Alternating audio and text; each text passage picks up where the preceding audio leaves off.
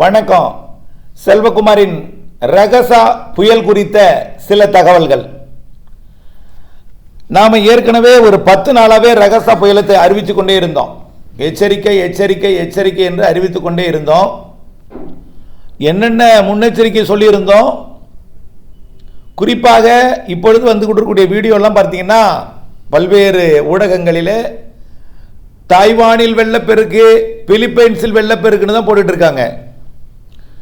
ஆனால் அந்த ரகசா புயல் தாய்வானை வெளிச்சுற்றுத்தொட, பிலிப்பைன்ஸை வெளிச்சுற்றுத்தொட, பிலிப்பைன்ஸோட சில தீவுகளை மையமாக வைத்து போனது.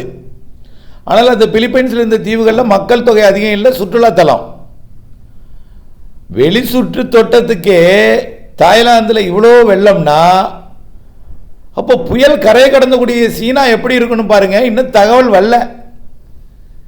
எப்படி கஜா புயல் கடந்த பிறகு அந்த இடத்துக்கு போய் பார்க்கறதுக்கு ஒரு வாரம் ஆனிச்சோ, எப்படி அந்த படங்கள்லாம் தாமதமாக தெரிந்து உலகுக்கு தெரிய வந்துச்சோ, அதே போல தான் அந்த சீனாவில் தாக்கி இருக்கக்கூடிய புயல் படம் இன்னும் வெளியே வரவில்லை.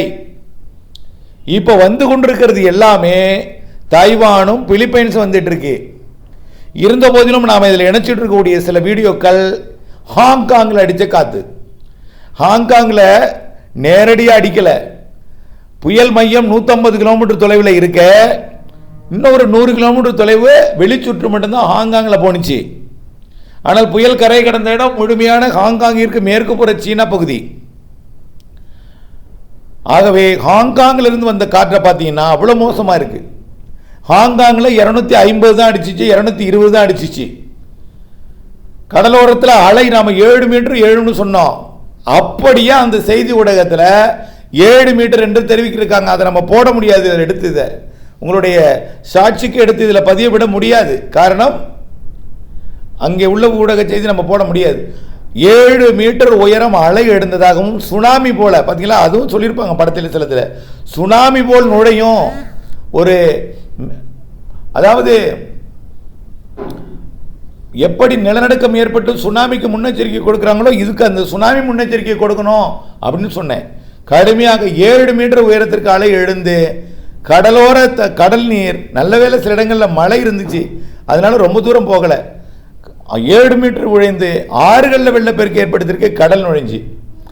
ஆகவே அங்குமிங்கும் வட்டமிட்டு வீடுகளுக்குள்ள நுழைஞ்சி போகிறது பெரும்பாலும் கடல் நீராகவும் இருக்கிறது. அப்படிப்பட்ட 7 மீட்டர் உயர அலை. 300 சென்டிமீட்டர் சொல்லியிருந்தேன், அதை விட கூடுதல் மழை தான் பொழிஞ்சிருக்கு. பாருங்க, என்ன வரல. சீனாவிலிருந்து புகைப்படங்கள் வரல. எல்லாமே தைவான் தைவான் பிலிப்பைன்ஸ் தைவான் தான் வருது. ஹாங்காங் கூட லேசாக தான் வந்திருக்கு. இன்னும் இப்போ நம்ம அனுப்பியிருக்கிறது ஹாங்காங்.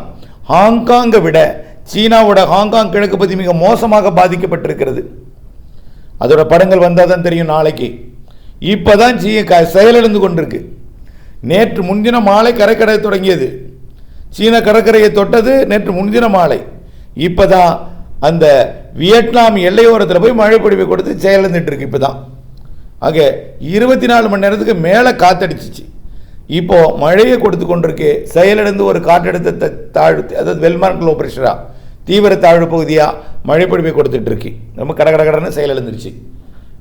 ஆகவே இப்போ படத்தை பாருங்க. அதே போல காற்று 300 கிலோமீட்டர் வேகம்னு சொல்லியிருந்தோம். 300 கிலோமீட்டர் இருந்துச்சு கடலில். அது வெளிச்சுற்று மட்டும்தான் ஹாங்காங்கில் இருந்துச்சு. அங்கேயே 250 220 230 கிலோமீட்டர் வேகத்தில் காத்தடிச்சிருக்கு. படத்தை பார்த்தால் தெரியும். கார்கள்லாம் ஓடுது. காரை ஏண்டா இந்த காற்றுல காரை ஓட்டிட்டு போகிறாங்கன்னு நீங்கள் நினைக்கலாம். காரை யாரும் ஓட்டிட்டு போகலை. காரை காற்று தூக்கிட்டு போகுது.